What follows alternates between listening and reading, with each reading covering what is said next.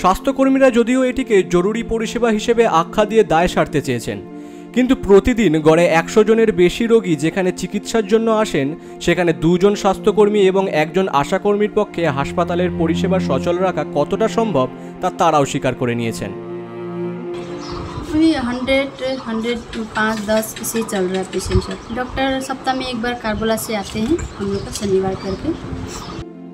বানারহাট চা বাগানের শ্রমিকদের অভিযোগ, জরুরি চিকিৎসার প্রয়োজন পড়লে তাদের বানারহাট প্রাথমিক স্বাস্থ্যকেন্দ্রে যেতে হয়, যা বাগান থেকে অনেকটাই দূরে। এই দূরত্ব এবং সময় ক্ষেপণ অনেক সময় পরিস্থিতিকে আরও জটিল করে তোলে। डॉक्टर नहीं है, कभी आता है कभी नहीं आता है डॉक्टर। हम लोग तो ये चिलौनी बागान का लाइन का है, प्रॉब्लम होता है। डॉक्टर कभी आता है, कंपाउंडर बैठता है, कभी डॉक्टर नहीं बैठता है। এই বিষয়ে বাগান মালিক পক্ষ অবশ্য মুখে কুলু পেটেছে। শ্রমিকরা জানিয়েছেন অতীতে বাগানের হাসপাতালেই একজন ডাক্তার সবসময় উপস্থিত থাকতেন এবং চিকিৎসা ব্যবস্থাও বেশ ভালো ছিল। তবে মালিক পক্ষের গা ছাড়া মনোভাবের কারণে শ্রমিকরা ঠিকমতো মজুরিও পান না, আর চিকিৎসা পরিষেবা দিন দিন বেহাল হয়ে পড়েছে।